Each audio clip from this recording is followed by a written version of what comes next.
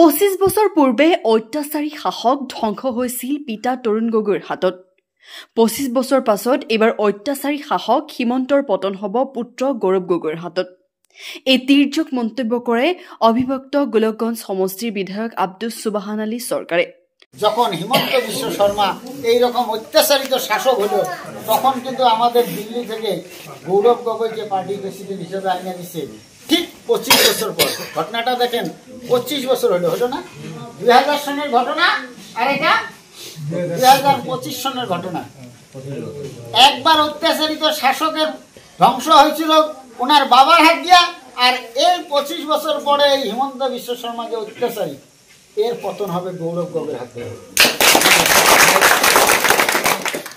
লগতে বিধায়কগৰাকীয়ে কয় যে ডি ভোট কংগ্ৰেছে বনোৱা নাই, ডি ভোট বনাইছে প্ৰফুল্ল কুমাৰ মহন্তই। ডি ভোটার কংগ্রেস বানাইছে না, ডি ভোটার প্রফুল্ল কুমার মহন্তের দিনে হয়েছে। ডি ভোটারের জন্ম হয়েছে প্রফুল্ল কুমার মহন্ত। কংগ্ৰেছ দল সকলো সময়ত মুছলমানৰ পক্ষত আছে আৰু থাকিব। কংগ্ৰেস ডি ভোটাৰ কৰে নাই, কংগ্ৰেস সবসময় মুসলমানেৰ পাশে আছে। অসমৰ উচ্ছেদ অভিযান বিশেষকৈ চতিয়া, গোৱালপাৰা, চৰোৱা বখৰা আদিৰ উচ্ছেদৰ মৰ্মান্তিক আৰু বেদনাদায়ক কৰুণ কাহিনীৰ বিষয়ে ভাষণ দিবলৈ গৈ আৱেগিক হৈ পৰে বিধায়ক চৰকাৰ। আনফালে ৰাইজৰ একো কৰিব নোৱাৰা আৰু অত্যাচাৰী শাসক হিমন্তক পৰোক্ষভাৱে সহায় কৰা AIUDF দলক ভোট নিদিবলৈ ৰাইজক আহ্বান জনায় বিধায়ক আব্দুছ সুবহান আলী সৰকাৰে। 7 নং গৌৰীপুৰ বিধানসভা সমষ্টিৰ অন্তৰ্গত আলমগঞ্জ পোকামাৰীত থকা স্থায়ী বাসিন্দা আহমদ আলীৰ বাসভৱনত অনুষ্ঠিত হোৱা পৰিচয় পৰ্ব সভাখনত প্ৰায় 2 শতাধিক পুৰুষ মহিলাৰ সমাগম হোৱা পৰিলক্ষিত হয়। বিধায়কগৰাকীৰ লগতে আটানী ব্লক কংগ্ৰেছ সেৱা দলৰ সভাপতিৰ ভাষণ আমাৰ হাতত আছে, সেয়া আমি শুনাই লৈছো। News desk report DLive 365। চাওক, এটা আমাৰ এইবিলাক কংগ্ৰেছ দলৰ সাংগঠনিকভাৱে আমি কৰি থকা মিটিং।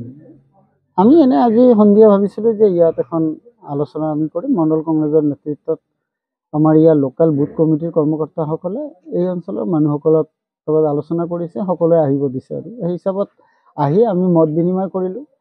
আৰু অহা দিনত সকলোকে মই আমাৰ ৰাইজৰ মাজলৈ গৈ কাম কৰাৰ কাৰণে আহ্বান জনালোঁ। আৰু সকলোৱে আজিৰ দিনত এটা বস্তু থিৰাং কৰি লৈছে যে নহয়, এইবেলি আমি এখন BJP বিৰোধী চৰকাৰ লাগিব, তাৰ কাৰণে আমি যিমান কষ্ট কৰিব লাগে আমি কৰিম। আমি আৰু BJP চৰকাৰৰ অধীনত নাথাকোঁ, এটা ধৰ্ম নিৰপেক্ষ দলৰ অধীনত এখন চৰকাৰ বিচাৰিছে সকলোৱে। অসমত আজিৰ দিনত BJPৰ যি স্বৈৰাচাৰী শাসন, এই শাসনৰ পৰা পৰিত্ৰাণ দিব পৰা যদি এটা ৰাজনৈতিক দল আছে তাৰ নাম হৈছে কংগ্ৰেছ দল।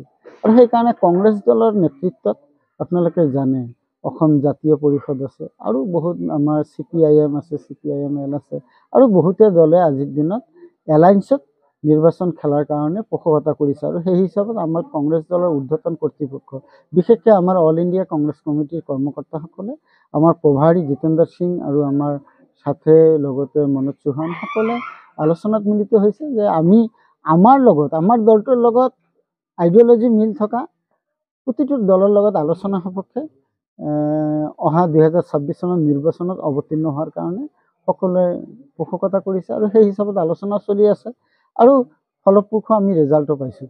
ৰাইজে বিচাৰিছে যিটো, আমি কংগ্ৰেছ দলে সেইটোৱে কৰিবলৈ গৈ আছোঁ। নিশ্চিতভাৱে এইবেলি মানুহে BJPক প্ৰত্যাখ্যান কৰিব। আৰু BJP যি চৰকাৰে মানুহৰ জনকল্যাণকামী আঁচনি লোৱাৰ বিপৰীতে অকল ৰাজনৈতিকভাৱে ৰাজনৈতিক নেতাৰ সম্পদ গঢ়াৰ কাৰণে যিটো কাম কৰি আছে, সেইটোক মানুহে ভাল পোৱা নাই। তাৰ কাৰণে BJP এইবেলি প্ৰত্যাখ্যিত হ'ব আৰু কংগ্ৰেছক মানুহে আঁকোৱালি ল'ব। চাওক, অসমত 2026 চনত যিখন নিৰ্বাচন আহি আছে, এইটো নিৰ্বাচনত আপোনালোকে দেখা পাব বিপুল ভোটত কংগ্ৰেছৰ প্ৰাৰ্থী 126খনৰ ভিতৰত কমচে কম আমি 80খন সিট লৈ আমি কংগ্ৰেছৰ চৰকাৰ কৰিম। আমাৰ বহুত ধৰণৰ প্ৰতিশ্ৰুতি আছে। এই BJP চৰকাৰৰ দিনত যিমান অত্যাচাৰ, যিমান মূল্য বৃদ্ধি,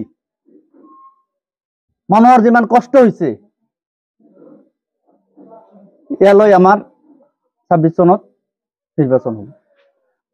কি হোৱা নাই কংগ্ৰেছৰ শাসনৰ দিনত? লাভ সংখ্যালঘু মানুহৰ যিমান হৈছে, সংখ্যাগুৰু মানুহৰ একেবাৰে উন্নয়ন হৈছিল। যিবিলাক মাটিৰ পাত্তা বহুত দিছিল কংগ্ৰেছৰ সময়ত, আৰু দিব লগা বহুত আছিল। সংগঠন কিমান শক্তিশালী? বহুত শক্তিশালী আমাৰ আটানী ব্লকৰ।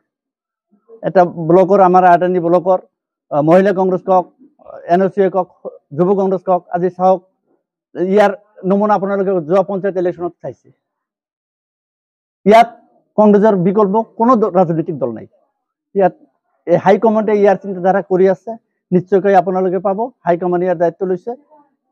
যিকেইটা বিক্ৰী হৈছে ইয়াৰ যিটো উপযুক্ত শাস্তি আমাৰ হাইকমাণ্ড দিব বুলি দীৰ্ঘ বিশ্বাস। ইয়াৰ প্ৰভাৱ বিধানসভা নিৰ্বাচন একো নপৰে।